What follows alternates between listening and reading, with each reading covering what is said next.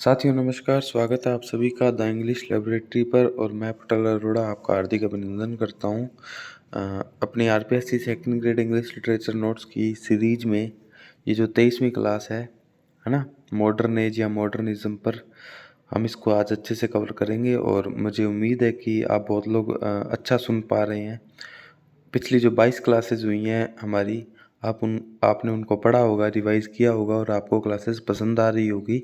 मैं ऐसी उम्मीद करता हूँ आप अच्छे से रिवाइज कर पा रहे होंगे, है ना। तो अगर आपने चैनल सब्सक्राइब नहीं किया तो सबसे पहले तो चैनल सब्सक्राइब कर दें। 1000 सब्सक्राइबर होने वाले हैं। आप भी बधाई के पात्र हैं, सभी लोग बधाई के पात्र हैं। आप सबने सपोर्ट किया है, ठीक है। आप सपोर्ट करेंगे तो हम इसको जो है वह इस सीरीज़ को कंटिन्यू रख पाएंगे, ठीक है। अगर आपको ये बुक चाहिए हो नोट्स की या फिर ऑब्जेक्टिव इंग्लिश की नंबर चाहिए हो तो एप्लीकेशन डाउनलोड करके the English laboratory play store से आप वहाँ से ये जो है ऑर्डर कर सकते हो। टॉपिक वाइज टेस्ट सीरीज़ भी अवेलेबल है। मात्र 100 रुपये में आप टॉपिक वाइज टेस्ट दे सकते हैं, first grade, second grade, REET, ठीक है, जीके के भी दे सकते हैं। और टेलीग्राम से अगर आप हमारे नहीं जुड़े हैं तो द इंग्लिश लैबोरेटरी नाम से टेलीग्राम है, वहाँ से जुड़ जाना, ठीक है साथियों। शुरू करते हैं आज की क्लास को। The life span of this age is 1901 to 1945 और from 20th century starting to world war second. देखो इसका अगर मैं ओवरव्यू दूं तो आपको मॉडर्निज्म जो एज है, जो 20th सेंचुरी की शुरुआत हुई 1901 से, लगभग सेकेंड जो वर्ल्ड वार था 1945 तक चला था। तो यहाँ तक जो है मॉडर्न एज को माना जाता है। इसके बाद पोस्ट मॉडर्न एज जो है शुरू हो जाती है ना। The Queen Victoria died in 1901. That is why this has to be think has started from 1901. 1901 में क्या हुआ, क्वीन विक्टोरिया जो थे उनकी डेथ हो जाती है, तभी से जो है मॉडर्न एज शुरू मानी जाती है। अभी तक जो थी वो कौन सी एज थी, विक्टोरियन एज थी, है ना। This has came after the ending of Victorian age because modern age writers were tired of the traditional style of Victorian age. देखो पूरे लिटरेचर में सेम ही ये जो है क्राइटेरिया रहता है कि नई एज तभी शुरू होती है क्योंकि पिछली एज के जो कैरेक्टरिस्टिक्स होती हैं, विशेषताएं होती हैं, उनसे जो नए राइटर्स होते हैं वो ऊब जाते हैं, थक जाते हैं, है ना, बोर हो जाते हैं। तो वो नया स्टाइल इनोवेट करते हैं लिखने का, तो नई एज भी क्या हो जाती है, स्टार्ट हो जाती है। तो मॉडर्न एज के जो राइटर थे, विक्टोरियन एज के जो वर्क्स थे उनसे ऊब चुके थे, स्टाइल से ऊब चुके थे। The Victorians put more stress on morality, नैतिकता पर ज़्यादा जोर देते थे विक्टोरियंस। ये बात आपको याद रखनी है, हाईलाइट की गई है तो कुछ बात खास ही है, इसीलिए हाईलाइट की गई है। The modern writers had seen the world war first and world war second. Modern writers ने फर्स्ट वर्ल्ड वॉर भी देखा था और सेकंड भी देखा था ना। सो दे सा the negative picture of contemporary society, तो उन्होंने समाज का नकारात्मक जो पहलू है वो भी देखा। The modernist put more stress on poetical language rather than the plot of the content. Modernist poetical language का मतलब है पोइट जैसा लिखना चाहता है, पोइट जिस स्टाइल का यूज़ करना चाहता है वैसा यूज़ किया जाएगा, वैसी पोएम लिखी जाएगी, ना कि पोएम पोएम का प्लॉट देखा जाएगा कि अच्छी तरह से रूल्स एंड रेगुलेशंस फॉलो हो रहे हैं या नहीं हो रहे, प्लॉट अच्छा बन रहा है, कथानक अच्छा बन रहा है या नहीं बन रहा, ये नहीं देखे जाएंगे। पोइटिकल जो लैंग्वेज है वो देखी जाएगी। The modernist showed their various point of view through various characters. Modernist या मॉडर्न जो राइटर थे उन्होंने जो है अपने विभिन्न प्रकार के जो विचार थे, जो भावनाएं थी, उनको अलग अलग प्रकार से जो है अलग अलग पात्र बनाकर अपने वर्क्स में दर्शाया। The modernist wrote about world war first and the post modernist wrote about the world war second. Modernist जो थे उन्होंने वर्ल्ड वार वन के बारे में बताया कि कैसे उन्होंने जो है लड़ाइयाँ देखी, और जो पोस्ट मॉडर्निस्ट जो थे, जो 1945 से लेकर अब तक के राइटर हैं, उन्होंने वर्ल्ड वार सेकेंड के बारे में बताया है। ये बात आपको ध्यान रखनी है। The modernism takes us from eternal reality to inner reality. देखो साथियों, प्रश्न अगर मुश्किल आएगा ना तो लाइंस आ जाएंगी चार और पूछेगा कि कौन सा मॉडर्निस्ट के बारे में सत्य नहीं है। तो ये लाइन आ जाए कि मॉडर्निज्म जो है हमें इंटरनल से एक्सटर्नल ले जाते हैं क्या, एक्सटर्नल से इंटरनल ले जाते हैं क्या, तो इसीलिए ये जो लाइनें हैं एज इट इज़ याद होनी चाहिए। ये एक्सटर्नल रियलिटी से वास्तविक रियलिटी जो है, आंतरिक जो वास्तविकता है, उसकी तरफ लेकर जाते हैं। आप ये बात ध्यान रखिएगा। In this modern age, absurd drama came which was famous by Samuel Beckett. Modernism की एक और विशेषता एब्सर्ड ड्रामा है जिसको फेमस किया था सैमुअल बेकेट ने। ठीक है, the modernist thinks logical while the on the other hand post modernist thinks irrational. ये जो हैं तार्किक रूप से सोचते हैं मॉडर्निस्ट, और जबकि इसके विपरीत जो पोस्ट मॉडर्निस्ट हैं वो अतार्किक इर्रेशनल रूप से सोचते हैं। Modernism is more than a literary phenomenon. It includes arts form flourished in European countries, है ना। मॉडर्निज्म एक साहित्यिक जो घटना है उससे एक बहुत बड़ी आगे की चीज़ है ना। इसके अंदर जो कला है, जो मैं कहूँ कि जो तरीके हैं वर्क्स के, है ना, जो कि यूरोपियन कंट्रीज़ में फैले, कला फैली, संस्कृति फैली, वो पूरा मॉडर्न लिटरेचर में आता है, ना कि सिर्फ एक साहित्यिक वर्क आता है। It has rejection of conventional Victorian poetry and invention of new forms of expression. मैंने आपको पहले भी बताया कि सैमुअल बेकेट ने एब्सर्ड कॉमेडी ढूंढी थी, तो सिर्फ पोइट्री पर ही जोर नहीं दिया गया जो कि विक्टोरियन में बहुत फेमस हो चुकी थी, विक्टोरियन एरा में।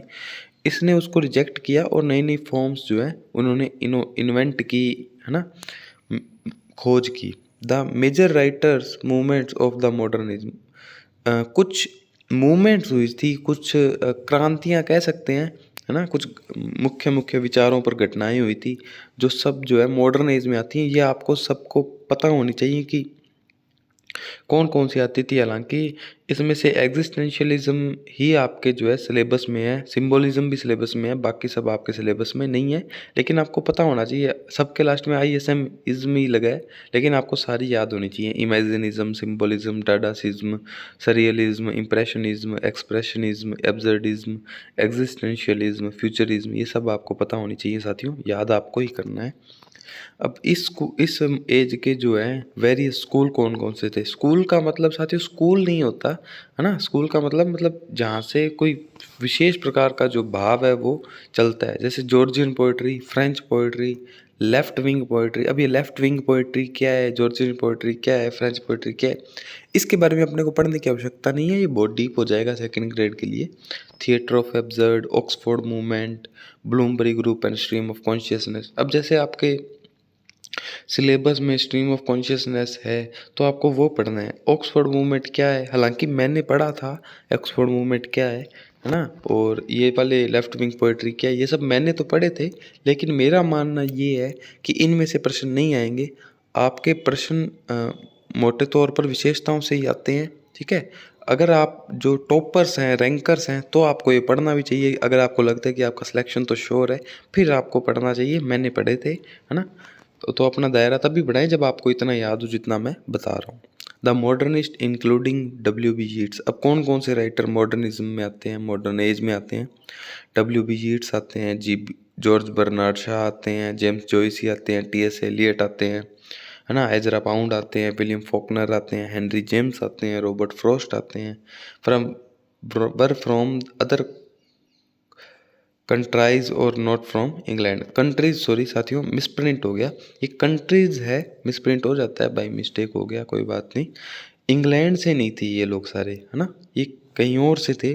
द पोएट इंक्लूडिंग, जो इंग्लैंड से थे अब उनके नाम आ रहे हैं। Virginia Woolf, DH Lawrence, Dorothy Richardson, EM Forster, Rudyard Kipling were England modernist poet. अब ये इसको मैंने डिफ्रेंशिएट क्यों किया, अलग अलग क्यों किया, कल को ये प्रश्न आ जाए कौन कौन से इंग्लैंड से थे और कौन कौन से इंग्लैंड से नहीं थे, तो वो भी अपना जो है पॉइंट ऑफ व्यू क्लियर होना चाहिए। ठीक है, आपको याद करना है।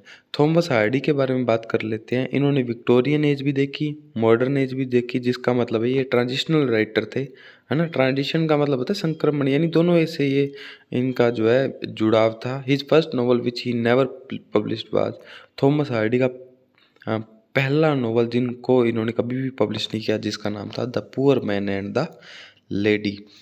थॉमस हार्डी जो है एक फिक्शनल पैलेस, जो कि RK नारायण जैसे वो करते हैं मालगुडी, इनका भी जो है फिक्शनल पैलेस है जिनका नाम है वेसेक्स। ठीक है, वेसेक्स नाम का इनका फिक्शनल पैलेस है। हेनरी जेम्स भी एक जो है ट्रेडिशनल राइटर थे, ट्रांजिशनल राइटर थे, सॉरी ट्रेडिशनली ट्रांजिशनल थे, माफ़ कीजिएगा। जोसेफ कॉनरेड जो थे ये जो है इमिग्रेंट राइटर थे, अप्रवासी राइटर थे। इन्होंने जो है हार्ट ऑफ डार्कनेस लिखा था। आपको याद रखना है हार्ट ऑफ डार्कनेस किसका है, जोसेफ कॉनरेड का है। G.M. Hopkins was also a modernist writers, ये बात आपको मैं बता चुका हूँ। W.B. यीट्स जो थे वो आयरिश पोइट थे। He was also a transitional poet, वो भी एक ट्रांजिशनल पोइट थे W.B. यीट्स। 3 नाम आपको ट्रांजिशनल पोइट के बता दिए मैंने। He got Nobel, W.B. Yeats को नोबेल प्राइज मिलता है 1923 में। He was friend of Rabindranath Tagore, है ना। रविंद्रनाथ टैगोर जो कि हमारे तो सिलेबस में है, उनके अच्छे फ्रेंड थे। T.S. एलियट जो है अमेरिकन राइटर थे। T.S. एलियट, इन्होंने जो है जे अल्फ्रेड प्रूफरोक लिखा, ये जो कि एक ड्रामेटिक मोनोलॉग का उदाहरण है। ड्रामेटिक मोनोलॉग में आपने अच्छे से पढ़ा होगा इसको। एंड द वेस्टलैंड भी इनका है, जो कि बहुत फेमस है। ये भी अपने फर्स्ट ग्रेड के सिलेबस में लगता है। एजरा पाउंड अमेरिकन थे, इन्होंने लिखा द कॉन्टोज, है ना। द कैंटोज होगा, I think so, may be misprint हो गया होगा। फिलहाल आप जो भी हो याद रख लेना, द कांटोज या कैंटोस 1917 में लिखा था। Robert Frost, George Bernard Shaw, James Synge and Marianne Moore were Irish American.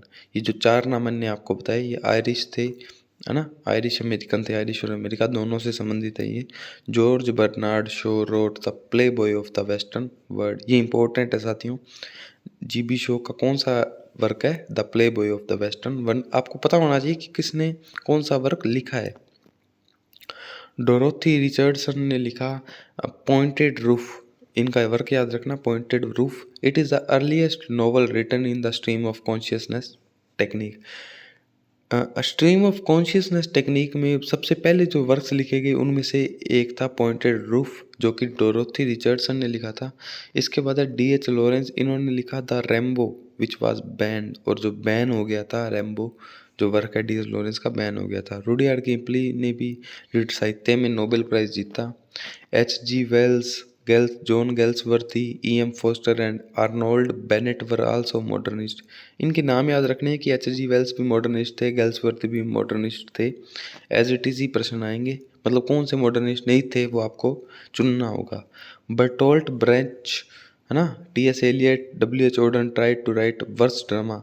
Bertolt Brecht, T.S. Eliot, W.H. Auden ने जो है वर्स ड्रामा लिखने का प्रयास किया। डेविड जोन्स ने जो है पैरेंथेसिस लिखा था, इंपॉर्टेंट वर्क है डेविड जोन्स ने, है ना।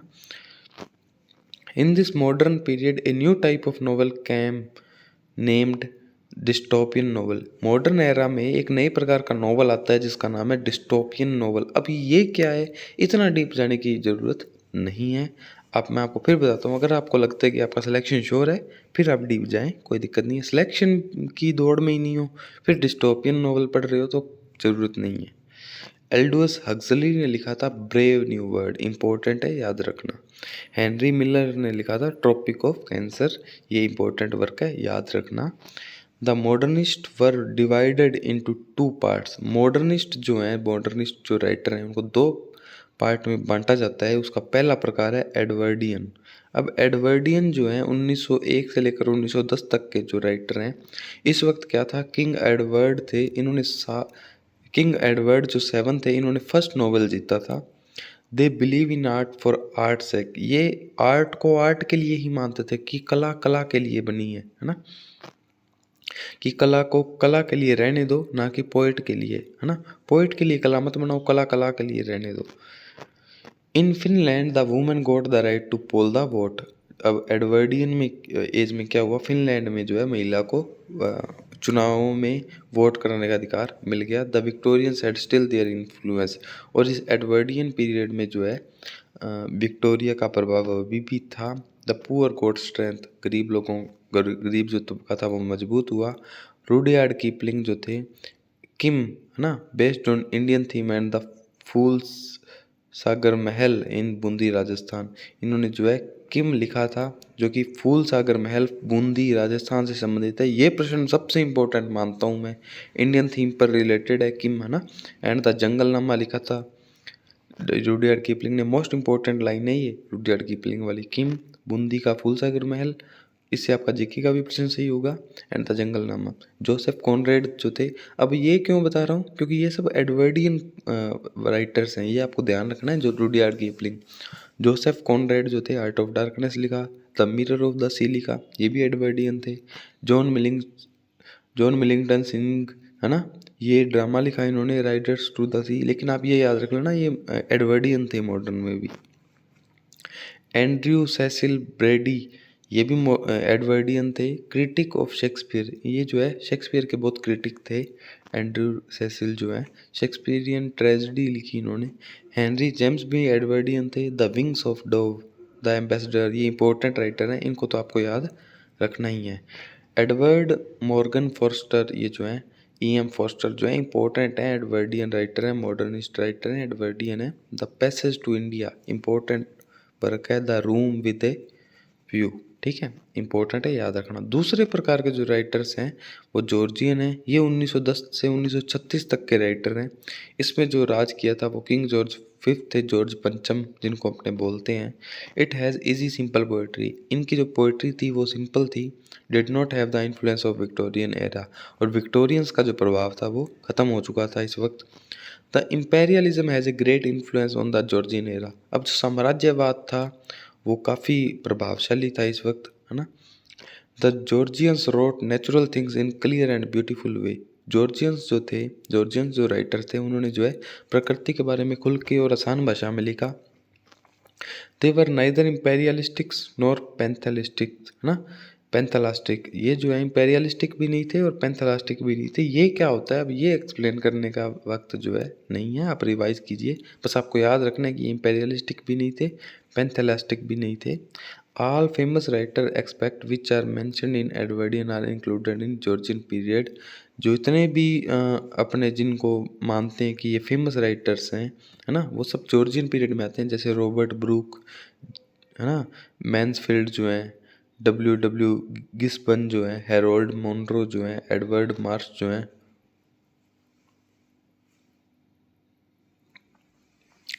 मैं थोड़ा सा जो है अपने आप को करेक्ट करूँगा, ऑल फेमस राइटर्स एक्सेप्ट होगा यहाँ पे, एक्सपेक्ट नहीं होगा। Which are mentioned in Edwardian are included in Georgian period, है ना, वही फेमस राइटर्स जिनको एडवर्डियन में इंक्लूड कर लिया था, उनके अलावा जो बचे हैं वो सब जॉर्जियन में आते हैं। माफ़ी चाहूँगा, थोड़ा सा मिसप्रिंट हो गया मेरे से। This 5 writers are 5 anthologies Georgian. आपको Robert Brooke, James Mansfield, W Gibson, Harold Monro and Edward Marsh जो हैं, ये 5 को एंथोजीज बोला जाता है जॉर्जियन राइटर्स के। The greatest critic was T S. Eliot, T S. Eliot जो थे वो ग्रेटेस्ट क्रिटिक थे, है ना। Georgian poetry there were scarcity of depth and originality, Georgian poetry में जो है गहराई नहीं थी और जो है वास्तविकता नहीं थी, ओरिजिनलिटी नहीं थी, है ना। मैं थोड़ा सा एक बात और बता दूं आपको कि जितने भी फेमस राइटर थे जिनका नाम मैंने एडवर्डियन में नहीं लिया वो सब जॉर्जियन में आते हैं, है ना, वो सब जॉर्जियन में आते हैं, ये बात आप याद रखिएगा। ये जो है आपका जो है मॉडर्न एरा ख़त्म होता है। जयंत महापात्रा 24वीं क्लास है, अपने कल पढ़ेंगे। आप जो है इसको अच्छे से याद कर लेना साथियों, याद करना ही पड़ेगा, रट्टा मारना पड़ेगा। आप जो है रट्टा मारने का टाइम है, समझने का टाइम नहीं है। आप मेरी बात मानिए, मेरी बात मानोगे आप सिलेक्शन ले जाओगे। जितना मैं कह रहा हूँ आप जितना मैं आपको इस 10 15 20 मिनट की वीडियो में पढ़ा रहा हूँ, इतना आप याद करके चले जाना, आप राजस्थान में सिलेक्शन लोगे, इस बात को मैं गारंटी से कहता हूँ, है ना। आप प्रीवियस ईयर क्वेश्चन लगा लेना, ठीक है, प्रीवियस ईयर क्वेश्चन ही लगा लेना बस, और कुछ भी कहीं से भी कोई टेस्ट वेस्ट कहीं भी अगर आपको देने की इच्छा हो तो देना, समय मिले तो, नहीं देने की कोई इच्छा हो तो मत देना। इसको बार बार रट्टा मारिए, आपका प्रश्न सही हो जाएगा, है ना। और थोड़ी बहुत कहीं टाइपिंग मिस्टेक रह गई हो तो प्लीज़ अपने आप ही करेक्ट कर लेना, या फिर मुझे बताना, मैं पिन कर दूंगा यूट्यूब में कमेंट में। हो जाती है मानवीय भूल, हो जाती है, क्षमा प्रार्थी हूँ, प्रयास रहता है कि ना हो फिर भी हो जाती है। साथियों अगर आपको ये नोट्स एज इट इज़ चाहिए, इसकी बुक चाहिए, प्रॉपर बुक है इसकी, है ना, तो आप जो है एप्लीकेशन से मंगवा सकते हैं। सबसे पहला काम आपका ये है कि आप इस यूट्यूब चैनल को सब्सक्राइब करें, मुझे बहुत मोटिवेशन मिलता है इससे, है ना, और मोटिवेशन मिलेगा तभी मैं आपके लिए नई नई चीज़ें जो है MCQs लेकर आऊँगा, रीट के लिए क्लासेस लेकर आऊँगा, फर्स्ट ग्रेड के लिए क्लासेस लेकर आऊँगा, ठीक है साथियों, टेलीग्राम पर ज़रूर जुड़ना द इंग्लिश लैबोरेटरी पर, वहीं पर सारी अपडेट मिलती है। वहीं पर आप मुझसे बात भी कर सकते हैं।